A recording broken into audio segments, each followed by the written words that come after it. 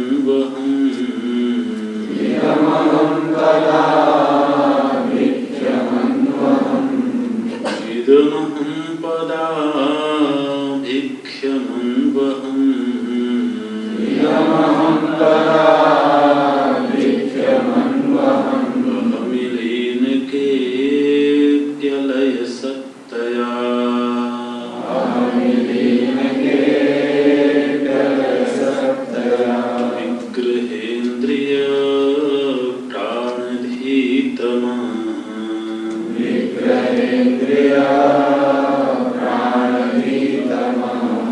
नाहमेक सत् तज्जडं ह्यसत्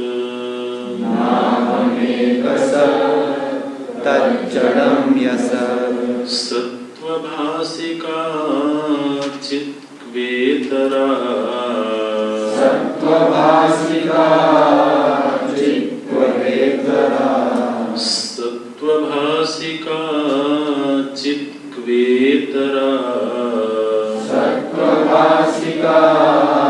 चित्वेतरा सत्तया हि चित्तया ह्यहम् सत्तया हि चित्तया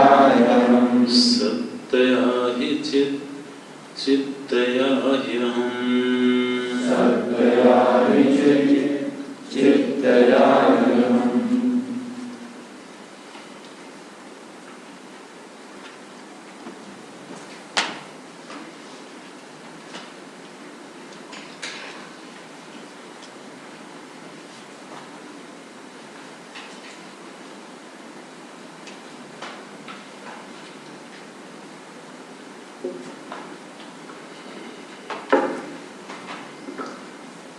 अहम की सीमाओं का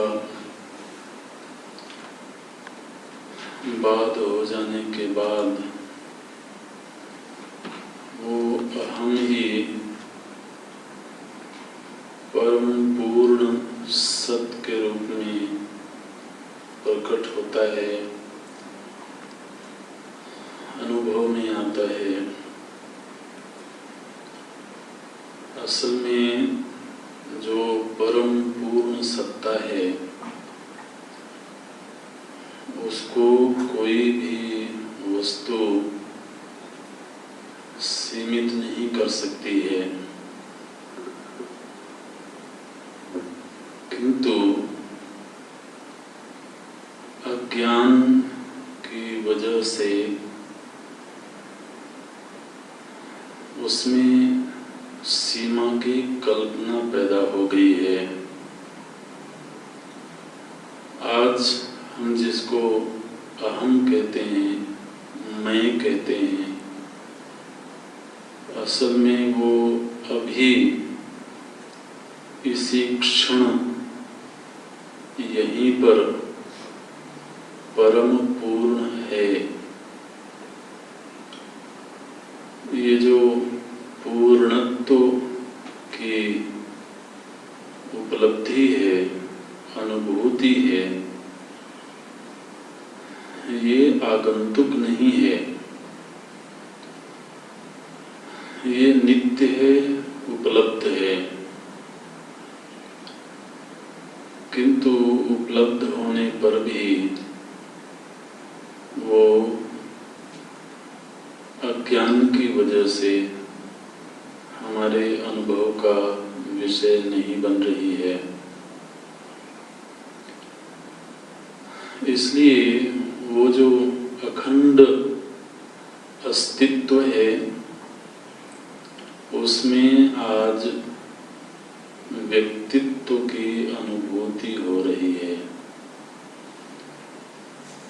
जिसको हम मैं कहते हैं और मैं के रूप में हम एक व्यक्ति की बात करते हैं। मैं एक व्यक्ति हूँ, मेरा एक व्यक्तित्व है। ये दोनों ही अनुभूतियाँ काल्पनिक हैं, विचार जन्य नहीं है। किसी ने हमें बताया नहीं कि तुम व्यक्ति हो, ना तो किसी जीवित प्राणी ने बताया, ना किसी शास्त्र ने बताया।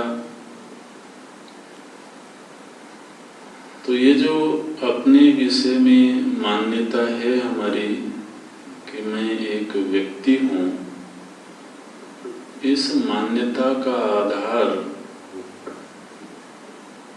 क्या है? अगर हम कहें शरीर है, तो शरीर इस मान्यता का आधार नहीं हो सकता है, क्योंकि शरीर तो पांच भौतिक है, इंद्रियां भौतिक हैं और इसलिए वो जड़ हैं। इसमें अपने आप को सीमित अनुभव करवाने वाला कौन है? मैं को शरीर के दायरे में, इंद्रियों के दायरे में, बुद्धि के दायरे में जो आज हम अनुभव कर रहे हैं, उसका हेतु क्या है? उसका हेतु है हम जो हैं सच में उसको नहीं जानते हैं। अपने होने का जो यथार्थ रूप है उसका नहीं जानना ही व्यक्ति और व्यक्तित्व की कल्पना का आधार है। ये परम पूर्ण सत्य की किसी दिन उपलब्धि होगी, ऐसी मान्यता ठीक नहीं है। परम पूर्णता अभी है, यही है, किंतु ये जो अनादिकालीन अज्ञान है, इस अज्ञान के आवरण की वजह से हम ऐसा लगता है कि अपने आप से ही वंचित हैं, और फिर शरीर इंद्रिय आदि की सीमाओं को हमने अपनी सीमा स्वीकार कर ली। सीमा का नाम ही व्यक्ति है। मैं का जो अस्तित्व है उसकी सीमा को ही व्यक्ति कहते हैं, और वो जो सीमित अस्तित्व है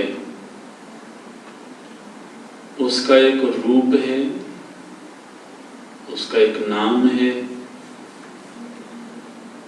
उसके कुछ गुणधर्म हैं, कुछ व्यवहार है। नाम, रूप, गुणधर्म, व्यवहार, इन्हीं का नाम व्यक्तित्व है। तो व्यक्ति और व्यक्तित्व, व्यक्ति माने सीमित अस्तित्व, और वो जो सीमित अस्तित्व है उसको जो रूप प्राप्त हुआ, जो नाम प्राप्त हुआ, जो उसका व्यवहार निर्धारित हुआ, उसी को व्यक्तित्व कहते हैं। व्यक्ति माने पर्सन और व्यक्तित्व माने पर्सनालिटी।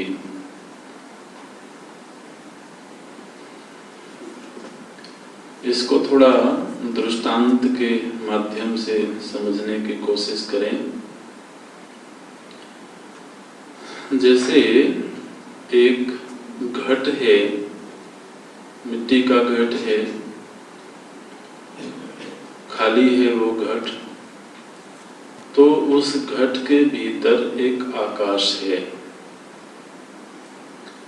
एक खाली स्थान है, उसी को आकाश बोलते हैं। तो अब घट के भीतर जो आकाश है, उस आकाश का एक नाम पड़ा, क्या? घटाकाश। ये जो नाम है ये उस आकाश का नाम है। ये नाम कैसे पड़ा? घट की सीमा को स्वीकार करके। ध्यान रखें, हमारा जो व्यवहार है वो घटाकाश के साथ होता है। जल घटाकाश में भरते हैं, घट में नहीं। घट तो एक सीमा है। हमें कोई चीज रखने के लिए स्थान चाहिए, उस स्थान को आकाश बोलते हैं। तो सच में तो जो व्यवहार है वो उस घटाकाश के साथ ही किया जाता है। अब जो घट है वो चाहे किसी भी धातु का हो, घट चाहे मिट्टी का हो, तांबे का हो, स्वर्ण का हो, लेकिन हम जब व्यवहार करेंगे तो उस घट के भीतर जो आकाश है उसके साथ व्यवहार करेंगे।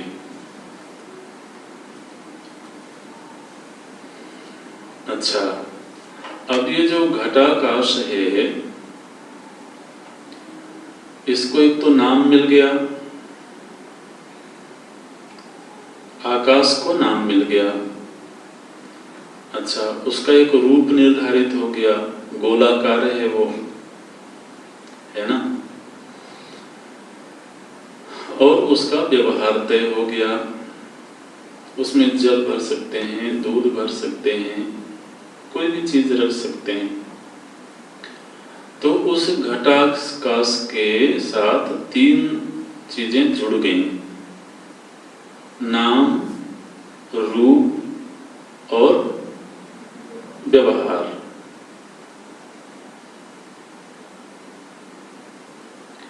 अच्छा,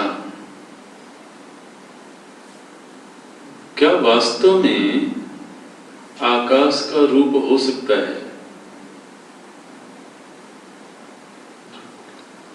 और आकाश को जो ये नाम दिया गया घटाकाश, क्या ये नाम सच में उसे दिया जा सकता है?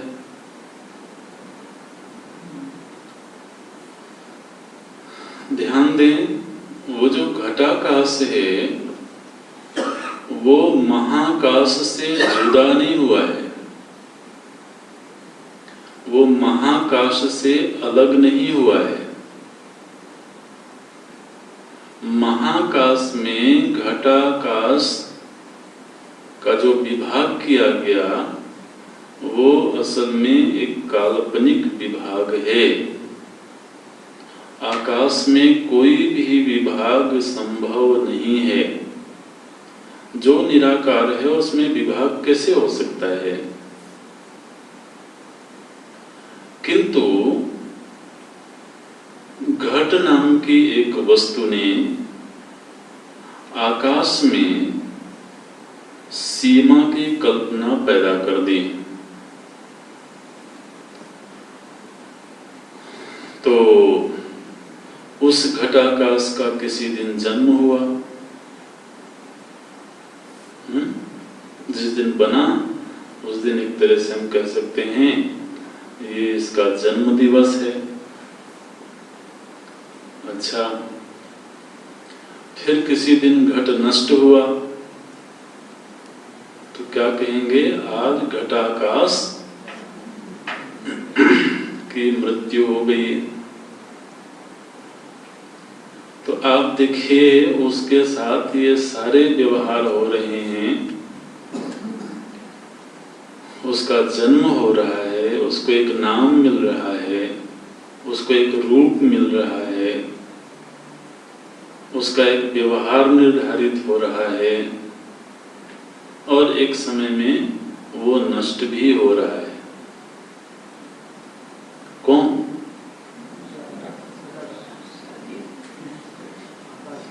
घटाकाश, आकाश। क्या आकाश के साथ ये सब सच में हो रहा है?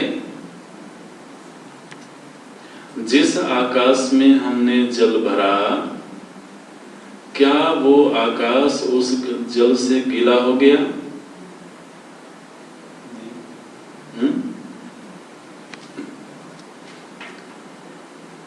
तो कोई विद्वान व्यक्ति आए और बोले कि देखो, ये घट की जो सीमा है, इस सीमा को बाधित कर दो, केवल आकाश पर दृष्टि रखो। तो जब घट की सीमा को विचार से उन्होंने बाधित किया और दृष्टि केवल आकाश पर लगी, तो क्या पता लगा? ये महाकाश ही है।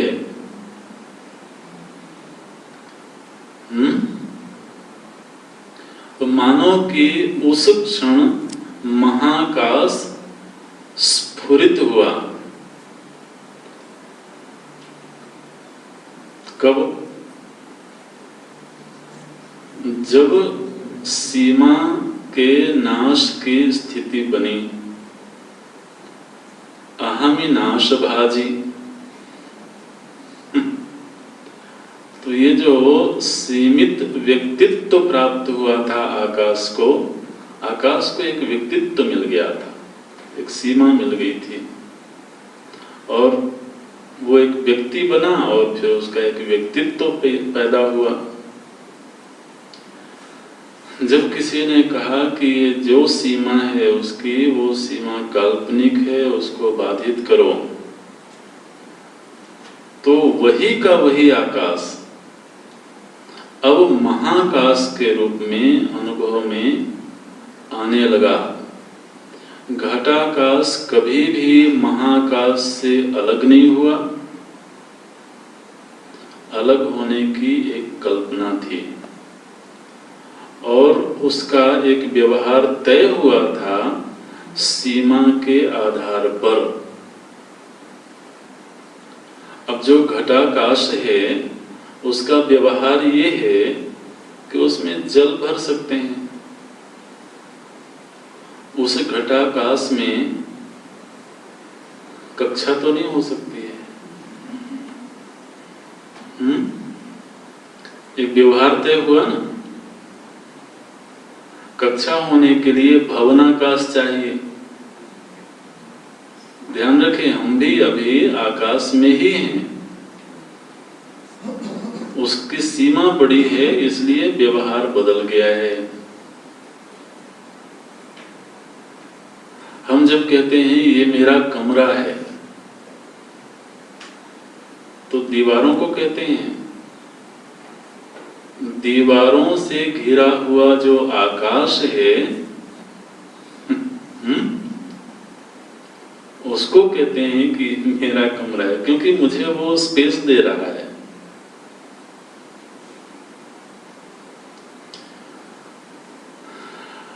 इतना सब कुछ होने पर भी उस आकाश के साथ असल में कुछ भी नहीं हुआ। इसी सत्य को एक कदम और आगे ले जाएं। ये आकाश नाम की वस्तु जिस परम सत्य से पैदा हुई है, वो परम सत्य, वो परम चेतना आकाश से भी सूक्ष्म और आकाश से भी व्यापक होनी चाहिए। वो जो परम पूर्ण चेतना है, उसमें इस शरीर रूपी घट ने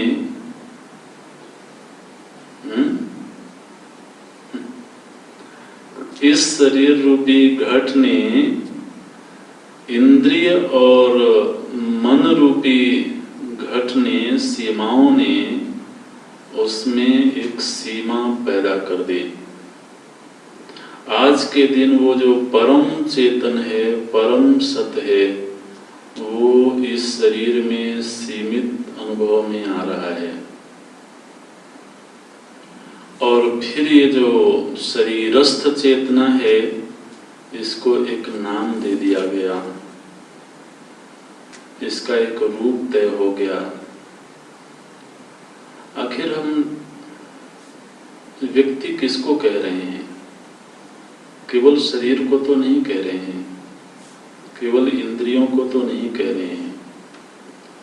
इन सब से उपहित जो चेतन तत्व है उसको हमने व्यक्ति नाम दिया।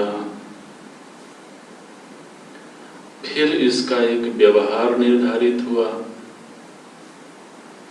हमें लगा कि ये जो चेतना है, एक दिन इसका जन्म हुआ है और निश्चित रूप से जिस दिन ये घट टूटेगा उस दिन ये चेतना मर जाएगी।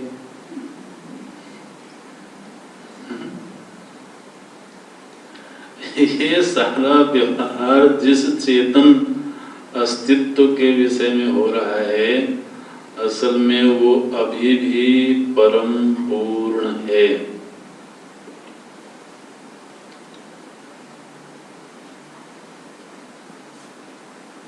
दृष्टांत के साथ में तुलनात्मक अध्ययन करना। घट की सीमाओं का बाद हुआ, आकाश का बाद नहीं हुआ। आकाश पहले भी वैसा ही था, अभी भी वैसा ही है। तो ये जो अहम के रूप में अभी चेतन अनुभव में आ रहा है, उस अहम की सीमाओं का बाद हुआ। तो वो जो अहम का नित्य स्वरूप है, परम पूर्ण स्वरूप है, वो स्फुरित हो गया।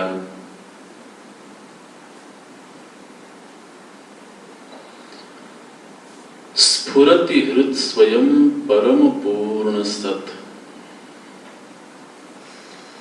मजे की बात यह है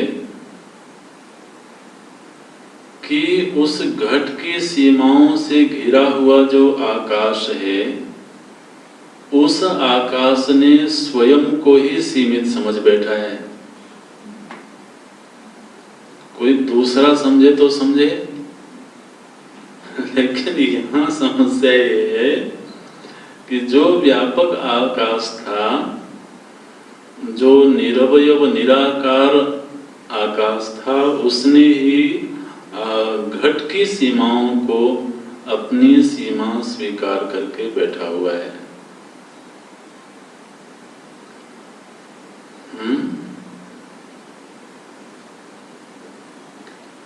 ऐसा होने पर भी उस चेतन तत्व में कोई विभाग नहीं हुआ है। यहाँ अभी इस भवन में, इस कक्ष में अनेक चेतनाएं नहीं हैं। चेतन तत्व एक ही है, लेकिन अनेक शरीरों के परिप्रेक्ष्य में हमने अपने आप को शरीरस्थ, शरीर से घिरा हुआ मान करके और व्यवहार करते हैं। अभी भी चेतन तत्व अखंड अद्वितीय है। जब तक ये सीमाओं का बाध नहीं होगा, तब तक उस अद्वितीय सत का अनुभव नहीं होगा। स्फुरति हृत स्वयं परम पूर्ण सत।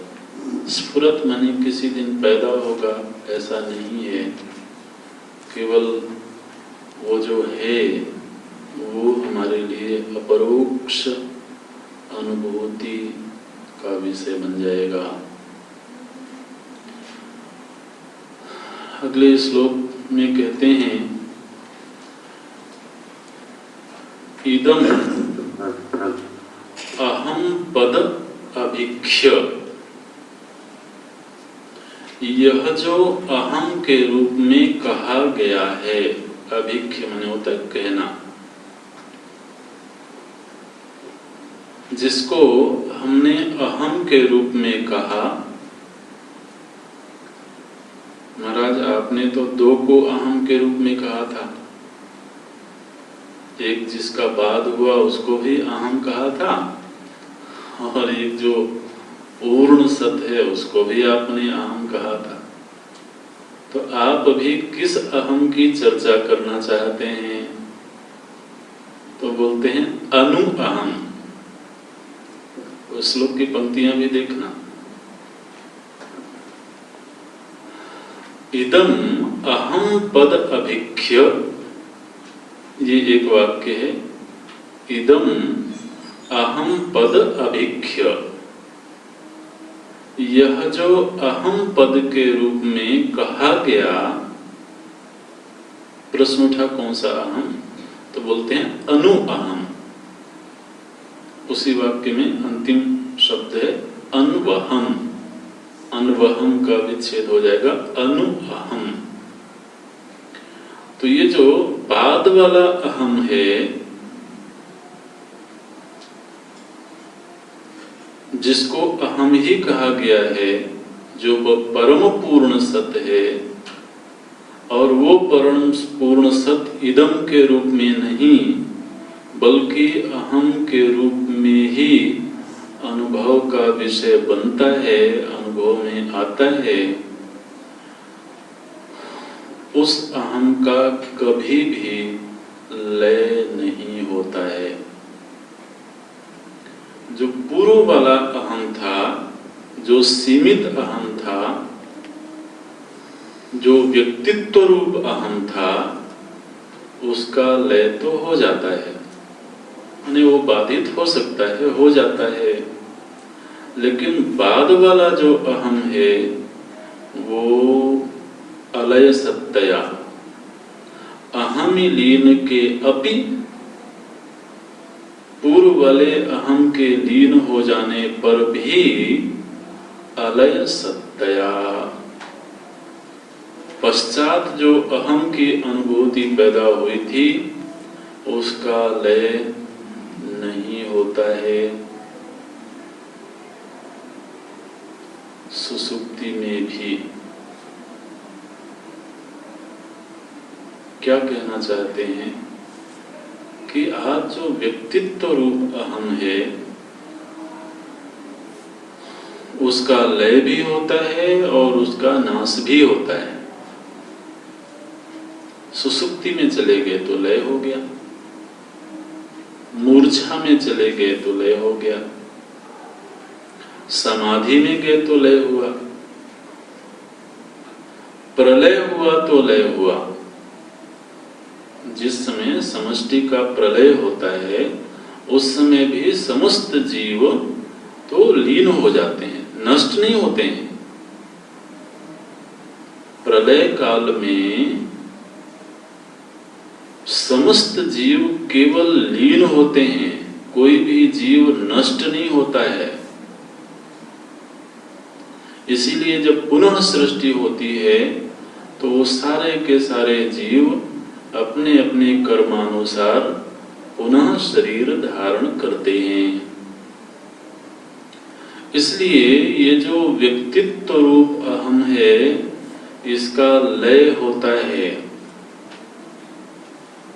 और ज्ञान होने पर ये नष्ट भी होता है।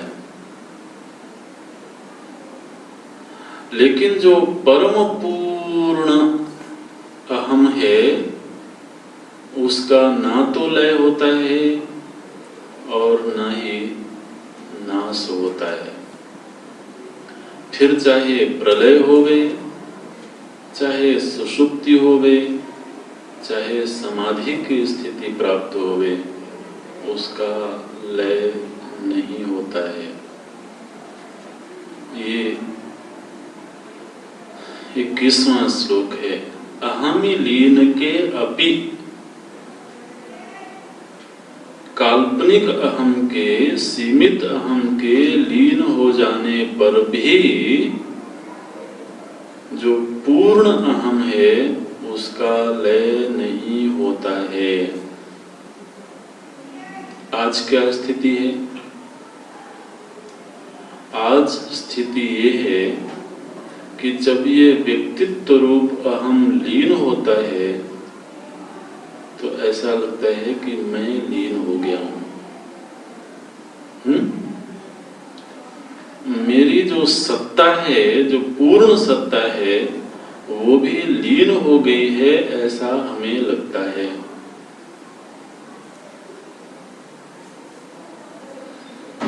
क्योंकि अभी वो अहम की अनुभूति प्रकट नहीं हुई, अभी वो पर्दे में है।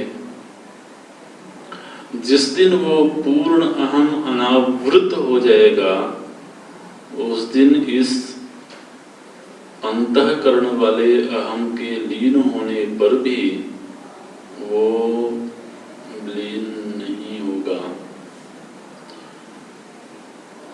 अहमि लीन के अपि अलय सत्तया।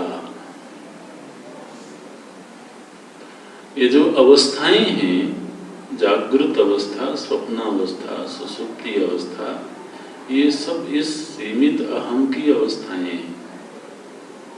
आज जो हम अनुभव कर रहे हैं कि मैं अभी जागृत में हूँ, मैं स्वप्न में गया। किसी किसी को हमारा स्वप्न नहीं आता है, उनकी समस्या रहती है कि फिर स्वप्न की चर्चा की जाए तो अब वो दृष्टांत कैसे बने।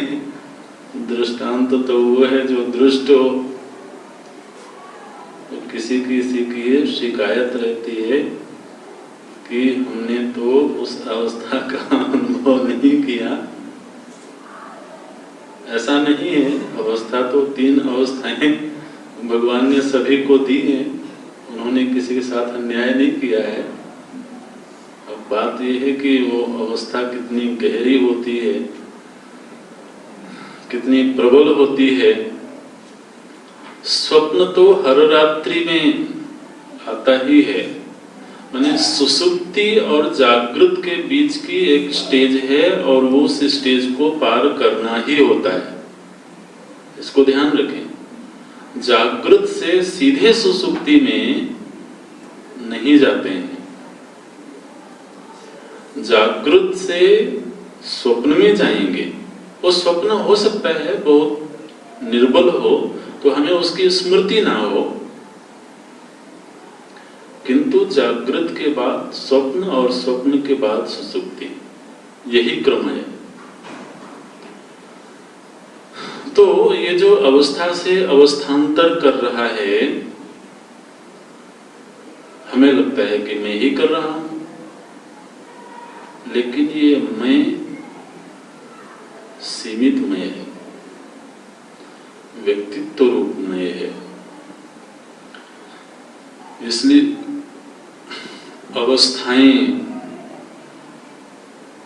इस व्यक्ति की हैं, जन्म मृत्यु इस व्यक्ति के हैं। परम पूर्ण सत्य की अनुभूति का मतलब समझें, फिर ना तो उसका जन्म है, ना उसकी मृत्यु है, ना उसकी कोई अवस्था है, ना कोई सुख दुख है। वो अपने पूर्ण आनंद स्वरूप में स्थित है। इसी को निर्वाण बोलते हैं। निर्वाण, वाण माने होता है सीमा। जिसकी सीमाएं नष्ट हो गई वो निर्वाण को प्राप्त हो गया। आप समझते हैं जो जीवन मुक्त महापुरुष हैं, ये किसी व्यक्ति का नाम नहीं है, किसी सीमित अस्तित्व का नाम नहीं है।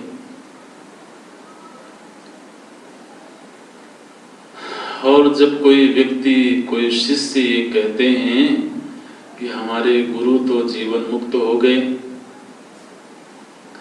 लेकिन वो सपने में आकर के मुझे उपदेश कर रहे थे,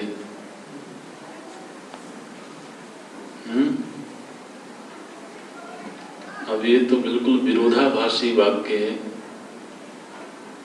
अरे भैया, उपदेश करने के लिए व्यक्ति बनना पड़ेगा। तो एक बार तो आपने कह दिया कि वो मुक्त हो गए, सीमाएं नष्ट हो गई, और फिर आप कहते हो कि उन्होंने आकर के उपदेश किया, माने फिर आप उनको एक व्यक्ति बना रहे हो। अभी ज्यादा नहीं बोलेंगे इस पर, लेकिन सच तो सच है। एक बार जब सीमाएं नष्ट हो गई तो नष्ट हो गई, फिर व्यक्ति बनाने की ऐसी जल्दीबाजी क्यों है? हाँ, उपासना के लिए हम चाहे भले एक व्यक्ति की कल्पना कर लें, लेकिन उनको व्यक्ति बनने की कोई जरूरत नहीं है।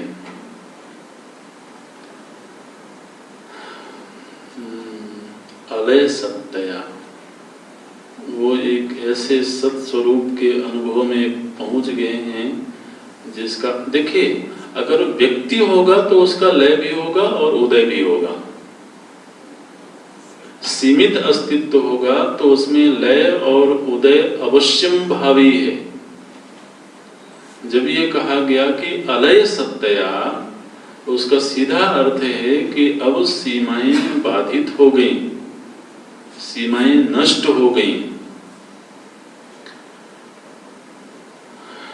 किसी ने भगवान रमण महर्षि जी से पूछा कि भगवान, ये जो अखंड अस्तित्व है, अखंड चेतन सत्ता है,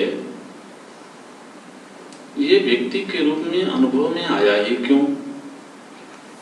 ये सीमित हुआ ही क्यों? बोले, मैं बताता हूं क्यों हुआ। अगला श्लोक देखिए।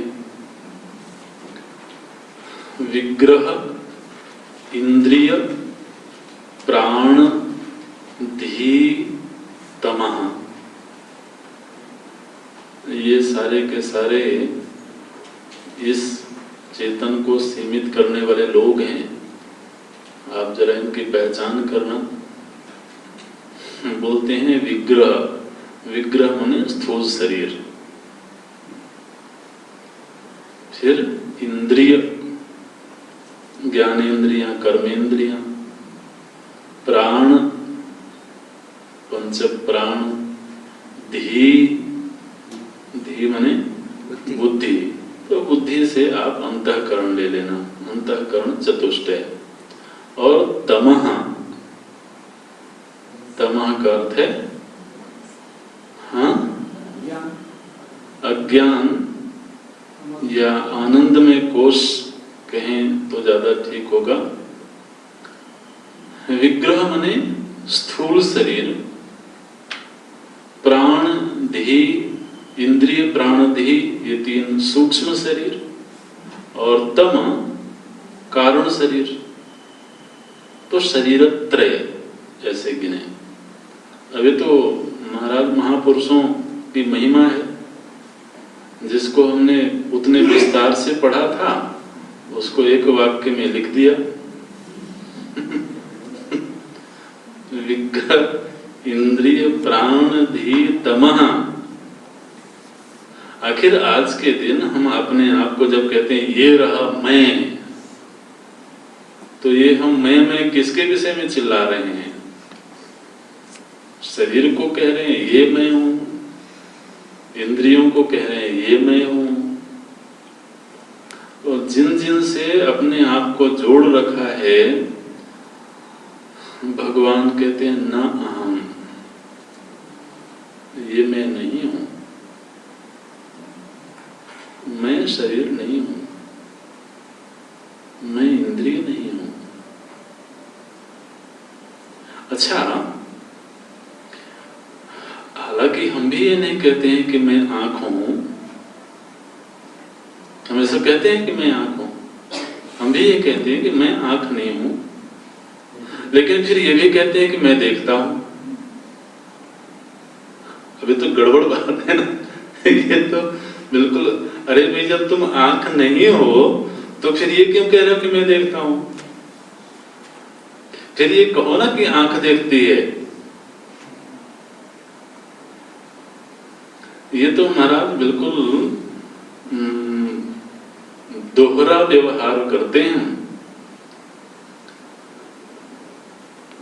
एक तरफ हम कहते हैं कि शरीर मेरा है, और फिर कहते हैं कि मैं गोरा हूं। तुम कैसे गोरे हो गए भाई? तुम्हारा शरीर गोरा होगा ना।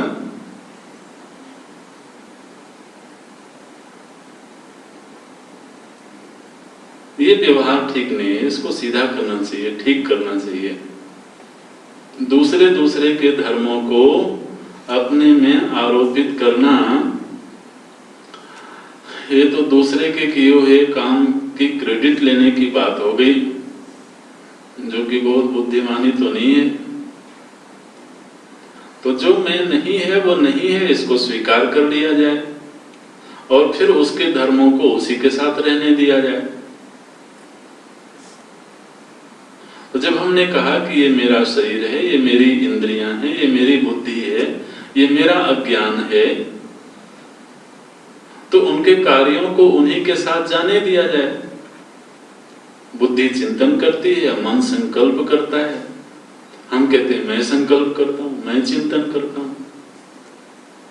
इसको धर्माध्यास बोलते हैं। दूसरे के धर्मों को अपने ऊपर आरोपित कर लेना, ये धर्माध्यास है।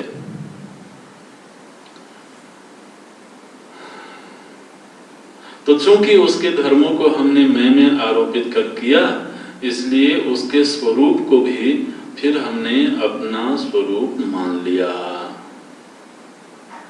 शरीर के धर्मों को अपने ऊपर आरोपित किया और फिर शरीर को भी अपना ही स्वरूप मान लिया। भगवान क्या कहते हैं? न अहम विग्रह इंद्रिय प्राण धी तमः न अहम, ये सब मैं नहीं हूं। ये शब्द मिला आपको?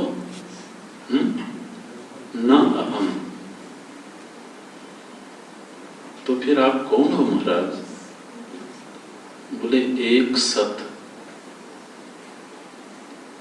हम बार बार ध्यान दिला रहे हैं, अगर आप श्लोक के शब्दों को मिस कर जाओगे तो फिर मुश्किल हो जाएगी।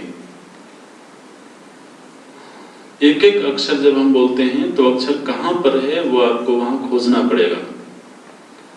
अब इस 22वें श्लोक की जो दूसरी पंक्ति है उसमें पहला शब्द बनाया गया नाहमेक सत। अब इसका जब तक विच्छेद नहीं करेंगे, हर अक्षर को अलग नहीं करेंगे, तब तक संगति नहीं लगेगी। ऊपर की पंक्तियों में तो 5 संज्ञाएं दी गई, 5 लोगों का नाम लिया गया। विग्रह इंद्रिय प्राण धी तमा, ये 5 वस्तुएं हैं। अगली पंक्ति में पहला शब्द है न अहम, नाहम। तो जो न अहम है ये पूर्व की पंक्ति के साथ जुड़ेगा। न अहम, कौन नहीं हो? बोले विग्रह न अहम, इंद्रिय न अहम, प्राण न अहम, धी न अहम, तमः न अहम। इस तरह से मैं शरीर नहीं हूं, इंद्रिय नहीं हूं, प्राण नहीं हूं, बुद्धि नहीं हूं, कारण शरीर नहीं हूं। तो फिर प्रश्न आया कि आप हो कौन? तो उसी वाक्य में अगला ही शब्द है एक सत। ना हम एक सत्य जोड़ करके लिखा गया है, लेकिन इसके 2 विभाग हैं, न अहम एक सत। तो जब तक इस बीच में एक प्रश्न नहीं रखेंगे तब तक ये वाक्य पूरा समझ में नहीं आएगा। न अहम पूर्व की पंक्ति से जुड़ा है और फिर प्रश्न आया कि फिर आप कौन हो? तो बोलते हैं एक सत। मैं तो एक अद्वितीय सत तत्व हूं, चेतन तत्व हूं। बोले महाराज शरीर में भी चेतना की अनुभूति होती है। इंद्रियों में भी चेतना की अनुभूति होती है। हम बोलते हैं अनुभूति तो होती है, लेकिन वो जड़ हैं। आगे क्या शब्द है? तत् जडम। तत् माने पूर्व की पंक्ति में हमने जिनका नाम लिया है। विग्रह, इंद्रिय, प्राण, धीतम, ये सब के सब जड़ हैं।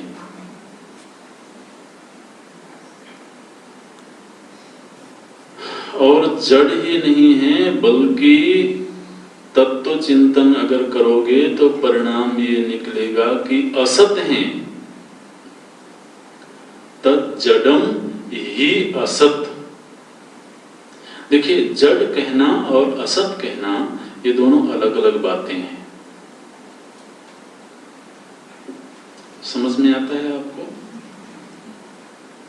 जब हम कहते हैं जड़ है, तो क्या कहते हैं कि एक वस्तु है तो सही, लेकिन उसमें चेतना नहीं है ना? असत का अर्थ होता है वो वस्तु है ही नहीं। इसलिए पहले तो उन्होंने कहा कि वो जड़ है, और फिर अगला निर्णय दिया ही असत, और जड़ ही नहीं बल्कि वो असत हैं अगर परमार्थ चिंतन करोगे तो। केवल व्यवहार तक सीमित रहोगे तो उनमें जड़त्व की अनुभूति बनी रहेगी, लेकिन वो सत्तावान रहेंगी। इसलिए तज्जडम और ही असत, इसके बीच में एक लंबा फासला है। और तो छोटे छोटे शब्द बस साथ में रख दिए उन्होंने। लेकिन एक वस्तु को जड़ कहना और उस वस्तु को असत कहना, इन दोनों ही कथनों के बीच में एक लंबी यात्रा है, एक लंबी दूरी है। असत तब कहा जाएगा जब तत्व चिंतन होगा, और तत्व चिंतन से निर्णय आएगा कि चेतन से कोई जड़ वस्तु उत्पन्न नहीं हो सकती है। इसलिए जितनी जड़ वस्तुएं दिख रही हैं वो केवल दिख रही हैं, सच में तो वो उत्पन्न भी नहीं हुई हैं। तब ही असत, ये सिद्धांत हमारे सामने आकर के खड़ा होगा। और नहीं तो शब्द तो पढ़ लिए हमने, गा भी लेंगे कभी कभी। लेकिन उस शब्द के अंदर जो बात छिपी है, वो बात तो हमारे हृदय में आनी चाहिए। अब यहाँ पर घटना ये घटी है कि शरीर, इंद्रिय आदि जड़ हैं, किंतु सीमित हैं, और आत्म तत्व चेतन है और असीमित है। इन दोनों का आपस में संयोग हुआ, जो संयोग सच में हो नहीं सकता है। तो क्या हुआ कि जो जड़ शरीर आदि थे उनको चेतना प्राप्त हो गई। ठीक है ना? चेतना उनकी अपनी नहीं थी, वो स्वयं जड़ थे। चेतन तत्व केवल आत्मा है। तो आत्मा का जब इनके साथ में संयोग हुआ, संसर्ग हुआ, तो शरीर आदि को चेतना प्राप्त हो गई। आज ये चेतन मालूम पड़ते हैं। और शरीर आदि का आत्मा से संयोग होने पर आत्मा में सीमा की अनुभूति पैदा हो गई। जो असीमित चेतना थी उसमें सीमा की अनुभूति पैदा हुई, और जो जड़ शरीर आदि थे उनमें चेतना पैदा हो गई। तो आपस में मिलजुल करके एक दूसरे के धर्मों का बंटवारा कर लिया। ये घटना घटी है। तो वहां पर आप देखें कि घट और आकाश ने आपस में समझौता किया तो आकाश को सीमा प्राप्त हुई। अब वो आकाश महाआकाश नहीं होकर के घटाकाश के रूप में जाना जाने लगा। और जो घट नाम की वस्तु थी उसको एक स्थान मिल गया, उसको जगह मिल गई किसी चीज को अपने में रखने के लिए। तो ये धर्माध्यास हुआ, एक दूसरे के धर्मों का एक दूसरे में अध्यास हुआ, आरोप हुआ और आज मिलजुल करके बैठे हुए हैं। ये जो मैं नाम की वस्तु है इसको लगता है मैं मनुष्य हूं, मैं स्त्री पुरुष हूं, और शरीर को लगता है मैं चेतन हूं। और मैं चेतन हूं इतना ही नहीं बल्कि मैं हूं। ये शरीर आदि का होना भी ये भी आत्मा की वजह से ही है, स्वयं तो इनकी कोई सत्ता भी नहीं है। ये है, इसलिए ये तादात्म्य जब तक भंग नहीं होगा, ये धर्माध्यास जब तक नष्ट नहीं होगा, तब तक अहम में सीमा की अनुभूति बनी रहेगी।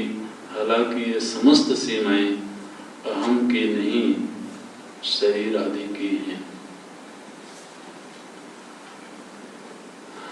अगले श्लोक में हम थोड़ा सा प्रवेश करेंगे, चर्चा अगली कक्षा में होगी विस्तार से।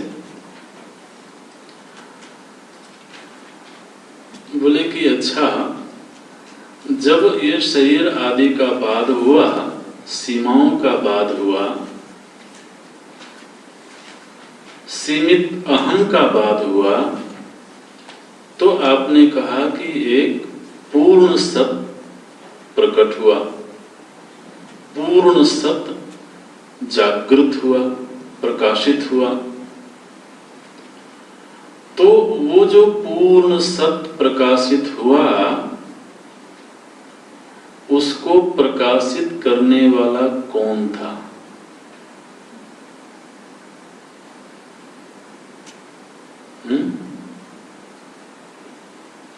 प्रश्न को पहले पकड़ना।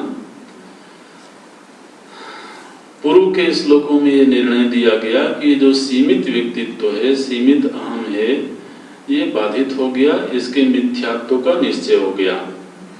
और मिथ्यात्व का निश्चय होने के अनंतर स्फुरति परम पूर्ण सत् अहम अहमतया।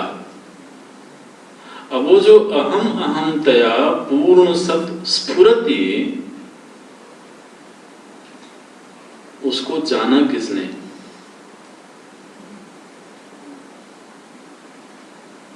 उसको प्रकाशित किसने किया? अब अगला श्लोक देखना। सत्वभाषिका, सत्वभाषिका, यहां सत्व का अर्थ है पूर्ण सत्य।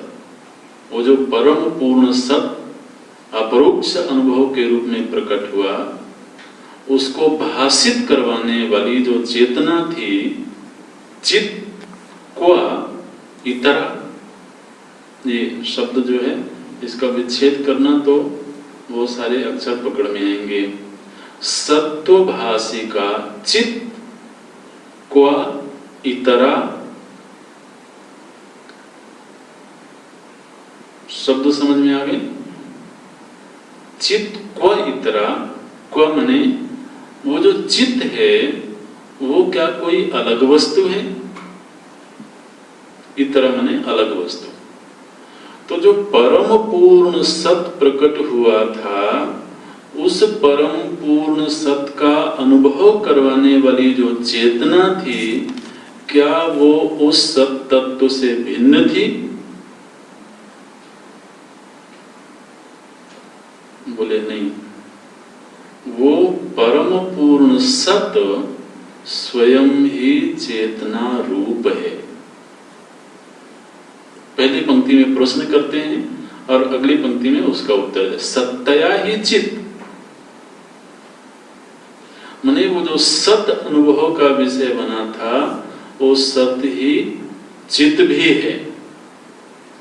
इसलिए असल में उस तत्व के 3 विभाग नहीं होते हैं जो हम कहते हैं वो सत है, फिर चित है, फिर आनंद है। तो 3 विभाग हैं, उसके 3 गुण हैं, ऐसा नहीं है, बल्कि वो एक ही तत्व है जो है। सत का अर्थ होता है होना, है ना। तो वो है और वो स्वयं को जानता है कि वो है। स्वयं को जानना ही चित बोलते हैं। चित माने होता है ज्ञान। तो वो जो है वो स्वयं को स्वयं से जानता है, इसलिए वो सत्य है और वही हाँ जी चित है।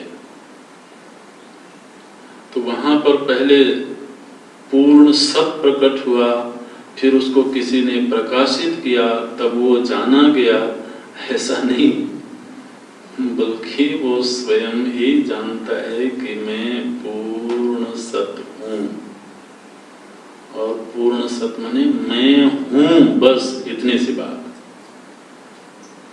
उसमें सत्व बहुत ज्यादा लाने की जरूरत नहीं है, केवल मैं हूं और मैं अखंड हूं, मैं अबाधित हूं, ये बोलते हैं सत्तया ही चित्त। और वो जो चित्त है, जो ज्ञान है, वो असत नहीं है, सत्य है। तो ऐसे उलट पलट करके शब्दों को समझाते हैं। सत्तया ही चित्त, और वो जो चित्त है वो मैं है। चित्तया ही अहम। आप शब्द पर ध्यान नहीं रखोगे तो फिर बात फिसल जाएगी। क्या वाक्य है? सत्तया ही चित्त। वो जो परम पूर्ण सत्य है वही चित्त है, ज्ञान स्वरूप है। और वो जो ज्ञान स्वरूप है वो नहीं है, वो मैं है। अब देखिए, बात करने के लिए हमको वो कहना पड़ता है। चर्चा करने के लिए जो मैं है उसको पर बना करके, तृतीय पुरुष बना करके चर्चा करनी पड़ती है। तो हम क्या कहते हैं? वो आत्मा, वो पूर्ण सत्य, वो चेतना। असल में वो कहने की जरूरत नहीं है, वो मैं है। तो उपदेशात् अयं वादः, भाषा की अपनी एक सीमा होती है। बोलते हैं सत्तया ही चित्त और चित्तया ही अहम। तो चित्त कोई और नहीं है बल्कि वो मैं ही हूं। तो जितनी कहानी सुनी हमने, जितने सिद्धांत सुने, वो मैं की ही बातें हैं। ये सत्तया ही चित्त, चित्तया ही अहम। और वो अहम सीमित अहम नहीं, व्यक्ति रूप अहम नहीं, बल्कि अस्तित्व रूप अहम, परम पूर्ण सत रूप अहम।